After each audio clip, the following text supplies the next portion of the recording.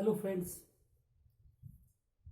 Surface tension हा जो chapter आपण ऑलरेडी स्टार्ट केलेला आहे. In that chapter we have derived the relation between surface tension and surface energy. After that we have also study in detail about the concept of surface tension. यामध्ये आपण पुढे जेव्हा पाहू तर आपल्याला आणखी काही टॉपिक्स त्याच्यामध्ये सब टॉपिक्स आपल्याला बघायचे आहेत.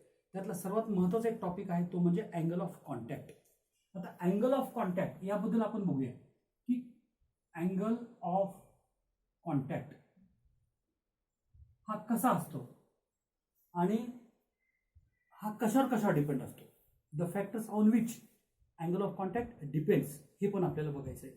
आणि हा अँगल ऑफ कॉन्टॅक्ट वेगवेगळ्या लिक्विडसाठी आणि सॉलिडसाठी सारखाच असतो की वेगळा असतो आपण हे शॉर्टमध्ये बघणार आहोत किंवा डिटेलमध्ये बघूया. आणि याच्या नोट्स ज्या आहेत ते मी PDF फाईल करून आपल्या ग्रुपवरती टाकणार आहे. त्यामुळे तुम्हाला फक्त हे समजून घ्यायचं आहे, लिहून घ्यायचं नाही आहे बोर्डवरचं. ठीक आहे, तर आपण एक 2-3 डायग्रामच्या द्वारे with the help of some diagrams let us see how angle of contact changes with the pair of liquid and solid. Let us see through diagrams. आता पहिली डायग्राम आपण बघूया. काय पहिली डायग्राम आहे की हे एक सॉलिड आहे आणि त्याच्या कॉन्टॅक्टमध्ये एक लिक्विड आहे. बघा, हे सॉलिड आहे आणि इकडे काय आहे, लिक्विड आहे. आणि इकडे आहे एअर. आणि या ठिकाणी ही तर काय डेफिनेटली सरफेस फिल्म आहे. याच्या खाली लिक्विड आहे आणि अप्पर लेअर काय आहे, फिल्म आहे. And we know that this film acts as it is stretch membrane. Film आहे ती मेम्ब्रेन टाईप काम करणार आहे. आणि या ठिकाणी एक पॉइंट आहे, आपण त्याला ए नाव देऊया. आता या ए मॉलिक्यूल जो आहे या ए ठिकाणी सिच्युएट असलेला या मॉलिक्यूलचा स्पेअर ऑफ इन्फ्लुएन्स जर आपण काढला तर तो स्पेअर ऑफ इन्फ्लुएन्स असा असतो. आणि या स्पेअर ऑफ इन्फ्लुएन्सकडे जर तुम्ही पाहिलं त्याचा मॅक्झिमम पार्ट सॉलिडमध्ये आहे, थोडासा पार्ट एअरमध्ये आहे आणि थोडासा पार्ट लिक्विडमध्ये आहे. याचा अर्थ हा मॉलिक्यूल या सॉलिडकडे पण अट्रॅक्ट होणार आहे, हाच मॉलिक्यूल लिक्विडकडे पण अट्रॅक्ट होणार आहे आणि हाच मॉलिक्यूल एअरमध्ये पण अट्रॅक्ट होणार आहे. That means forces acting on the molecule are force due to solid means adhesive force, force due to liquid means cohesive force, again force due to air is cohesive force. आणि दुसरा आहे force तो म्हणजे काय, gravitational pull which is equals to its weight. म्हणजे यावरती एकूण 4 force act होणार आहे. ठीक आहे, परंतु यातला एअरमुळे जो काही फोर्स ऍक्ट होणार आहे आणि ग्रॅव्हिटेशनल पूल जो आहे तो फार कमी आहे as compare to this 2 forces. आणि त्यामुळे काय ते निग्लिजिबल आहे. आणि या या ज्या लिक्विडचं जे बिहेवियर आहे हे बिहेवियर फक्त या 2 फोर्सवरती डिपेंड असतात. आणि या केसमध्ये जर समजा ॲडेसिव्ह फोर्स जर जास्त असेल तर लिक्विड वेगळ्या पद्धतीने बिहेव करेल आणि कोहेसिव्ह फोर्स जर जास्त असेल तर लिक्विड वेगळ्या प्रकारे बिहेव करेल. आपण आता काय करूया तेच डिटेलमध्ये बघूया. आपण एक सेकंड डायग्राम करूया. या सेकंड डायग्राम मध्ये तोच सॉलिड आहे आणि वेगळ्या प्रकारचा आता लिक्विड मी इथं काढतोय. आता हे जे लिक्विड आहे इथं मी जे ड्रॉ करणार आहे लिक्विड, हे लिक्विड एक विशिष्ट प्रकारचं लिक्विड आहे की जे या सॉलिडला पार्शियली वेट करणार आहे. म्हणजे जसं आपण पाण्यामध्ये हात बुडवला आणि बाहेर काढला तर आपला हात काय होतो, पूर्ण ओला होतो. म्हणजे काय होतं, वॉटर वेट्स दी सॉलिड. परंतु जर तोच हात आपण जर केरोसिन मध्ये बुडवला आणि बाहेर काढला तर केरोसिनचे ड्रॉप्स आपल्या हातावर दिसतील. म्हणजे पूर्ण आपला हात वेट नाही होणार. That means kerosene partially wet the solid and water completely wet the solid. But there are some other substance which does not wet the solid. सॉलिडला वेट करत नाहीत. म्हणजे मर्क्युरी जर आपण ग्लासमध्ये पोर केला आणि बाहेर काढला तर मर्क्युरीचा एक थेंब किंवा एक पार्टिकल सुद्धा त्या ग्लासवरती चिपकलेला नसतो. आता बघूया आपण काय लिक्विड करत आहोत, विच पार्शियली वेट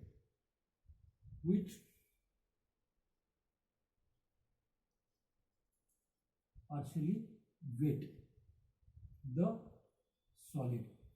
आता अगेन इथे एअर आहे, इथे लिक्विड आहे आणि इथे काय आहे, सॉलिड आहे. अशा केसमध्ये आता एक केरोसिन घेतोय. एक्झाम्पल काय घेतोय आपण, केरोसिन. या केरोसिन मध्ये काय होतं आपण जेव्हा पाहूया तर आपल्याला काय दिसेल की liquid surface at the contact with solid हा असा क्रिप झालेला दिसतो वरती. लिक्विड क्रिप अपवर्ड आणि आपल्याला जो हा पार्ट दिसतोय हा कॉन्केव अपवर्ड दिसतोय हा पार्ट. तर बघूया या ठिकाणी हाच मॉलिक्यूल या ठिकाणी इथे आहे आणि याचा स्पेअर ऑफ इन्फ्लुएन्स जर काढला आपण तर तो स्पेअर ऑफ इन्फ्लुएन्स असा असेल. या ठिकाणी हा मॉलिक्यूल काय होणार, it is attracted by adhesive force as well as it is attracted by water molecule. हा असणार आहे PA किंवा AP म्हणूया, याला आपण म्हणूया AQ. आणि जर कधी आपण याला टँजंट ड्रॉ केला इथे तर हा टँजंट काय असणार आहे AT. या कर्व लिक्विड सरफेसला जो टँजंट ड्रॉ केलेला आहे तो असणार आहे AT. बघा या केसमध्ये जो काय फोर्स ऍक्ट होतो त्या मॉलिक्यूलवरती तो ऍडेसिव्ह फोर्स आहे, कोहेसिव्ह फोर्स आहे, हे टँजंट आहे. परंतु in case of kerosene adhesive force is more stronger than cohesive force. That means त्याचा जो रिझल्टंट फोर्स असणार आहे तो रिझल्टंट फोर्स कुठं असणार आहे, इट लाइज इन सॉलिड आणि तो या टँजंटला कसा असतो, परपेंडिक्युलर असतो. जर आपण हा अँगल जर पाहिला टँजंट आणि त्या रिझल्टंट फोर्स ERचा तर that is perpendicular to tangent. म्हणजे आपल्याला रिझल्टंट फोर्स जो आहे तो it lies in solid. When such a thing happens, when the resultant force acting on the molecule is in solid, then in that case liquid creep upward on the solid surface. आणि when we observe it, we observe the free surface of liquid is concave upward. And if we measure the angle of contact, it is acute angle. That means theta is less than 90 degree. म्हणजे काय काय पाहिलं, हा जो angle of contact आहे हा काय केला आपण इनसाइडला मेजर केला. म्हणजे जेव्हा आपण याला डिफाईन करायला जाऊ तर angle of contact is the angle between solid and tangent drawn to the free surface of liquid. And when we measure it inside the liquid, then it is known as angle of contact.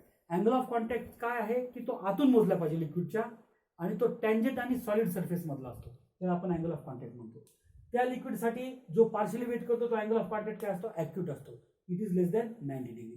परंतु याच्याऐवजी जर आपण हाच angle of contact अभ्यास करायचा ठरवला कशाच्या बाबतीमध्ये, मर्क्युरीच्या बाबतीमध्ये, तर तुम्हाला असं दिसेल की इन केस ऑफ मर्क्युरी, तर मर्क्युरी जेव्हा आपण सॉलिडमध्ये पोर करतो तेव्हा मर्क्युरी त्या सॉलिडला चिटकत नाही आणि हा जो पॉइंट आहे ए तो आपल्याला काय दिसतो, क्रीप डाऊन झालेला दिसतो. आपण इथं जर समजा इथे जर स्पेअर ऑफ इन्फ्लुएन्स काढला तर तुमच्या असं लक्षात येईल की स्पेअर ऑफ इन्फ्लुएन्स जास्तीत जास्त कुठे आहे, तो लिक्विडमध्ये आहे. आणि या ठिकाणी जो काही फोर्स ऍक्ट होणार आहे हा जो फोर्स आहे ऍडेसिव्ह फोर्स आहे आणि लिक्विडचा जो फोर्स आहे तो आहे कोहेसिव्ह फोर्स. आणि तो कोहेसिव्ह फोर्स आपल्याला या दिशेने दिला जाईल जो आपण काय करतो AQ ने दाखवतो. आता क्लिअर कट या केसमध्ये कोहेसिव्ह फोर्स हा जास्त आहे ऍडेसिव्ह फोर्स पेक्षा आणि म्हणून रिझल्टंट जो फोर्स असणार या दोघांचा it lies in the liquid, तो लिक्विडमध्ये असणार आहे रिझल्टंट फोर्स. यामध्ये रिझल्टंट फोर्स काय होता, सॉलिडमध्ये होता. या केसमध्ये तो काय आहे, लिक्विडमध्ये आहे. आणि हा फोर्स आणि जर आपण याचा टँजंट काढला तर यामध्ये हा टँजंट आणि जो काही कर्व सरफेस आहे याच्यामध्ये जो 90 डिग्रीचा अँगल आहे हा अँगल जो आहे तो 90 डिग्रीचा आहे. आणि जर आपण या टँजंट मध्ये आणि या सॉलिड मध्ये जर अँगल मोजला तर हा अँगल ऑफ कॉन्टॅक्ट आहे and this angle of contact is more than 90 degree. That means this is obtuse angle. Theta is equals to obtuse. That means in case of liquid which partially weight the glass, angle of contact is acute, and in case of liquid which does not weight the solid, it is obtuse. That means when we see the free surface of liquid, it is convex above. जेव्हा केव्हा आपल्याला बघायचं असेल तर ह्या गोष्टी particularly आपल्या लक्षात असल्या पाहिजे. इथं कॉन्केव्ह अबव आहे आणि इथे कॉन्व्हेक्स अबव आहे. ही डायग्राम पाहून तुम्ही डायरेक्ट सांगणार की हे डेफिनेटली मर्क्युरी असू शकतो ज्यामध्ये अँगल ऑफ कॉन्टॅक्ट काय आहे 90 पेक्षा जास्त आहे. म्हणजे तुम्ही काय बघू शकता, angle of contact depends upon the nature of solid and liquid. It also depend upon the it also depend upon, instead of nature of solid there are some more factors on which it depends. तो कशावर depend असणार आहे, सॉलिडच्या आणि लिक्विडच्या पेअरवर पण depend असणार. And for given pair it is constant. म्हणजे जेव्हा केव्हा तुम्ही ग्लास आणि केरोसिनचा अँगल बघाल तो फिक्स असणार आहे. ग्लास आणि मर्क्युरीचा पाहिला तो फिक्स असणार आहे. ग्लास आणि वॉटरचा बघाल तो पण फिक्स असणार आहे. म्हणजे दिलेल्या पेअरसाठी तो फिक्स असतो. नेचरवरती तो डिपेंड असतो लिक्विडच्या आणि सॉलिडच्या, आणि प्लस या लिक्विडच्या वरती जे काही मीडियम आहे त्यावरती सुद्धा तो अँगल ऑफ कॉन्टॅक्ट डिपेंड्स असतो. आणि थोडंसं पुढे जर जाऊन पाहिलं तर तो अँगल ऑफ कॉन्टॅक्ट त्या लिक्विडच्या टेम्परेचरवर पण डिपेंड असतो आणि त्या लिक्विडमध्ये असलेल्या इम्प्युरिटीजवरती डिपेंड असतो. म्हणजे 5 फॅक्टरवरती तो अँगल ऑफ कॉन्टॅक्ट डिपेंड असतो.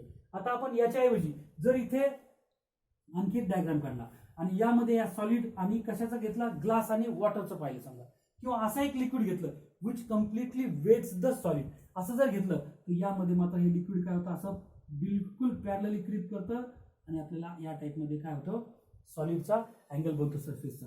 आणि या ठिकाणी हा ए मॉलिक्यूल आहे, याचा आपण काय केला, स्फिअर ऑफ इन्फ्लुअन्स जर काढला इथे तर तुम्हाला असं दिसेल की जो काय फोर्स ऍक्ट होतोय तो फक्त काय आहे, अडेसिव्ह फोर्स आहे. आणि cohesive force due to water and air is negligible.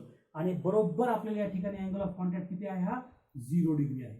म्हणजे आपण या अँगल ऑफ कॉन्टॅक्टच्या व्हॅल्यूवरनं काय बघू शकतो की ते लिक्विड कशा प्रकारचं आहे. डेफिनेटली सांगू शकतो की तो या ठिकाणी कम्प्लीट वेट करतो सॉलिडला. म्हणजे या ठिकाणी कम्प्लीट सॉलिड काय होतो, ओला होतो. या ठिकाणी अजिबात सॉलिड ओला होत नाही आणि या ठिकाणी मात्र पार्शली ओला होतो.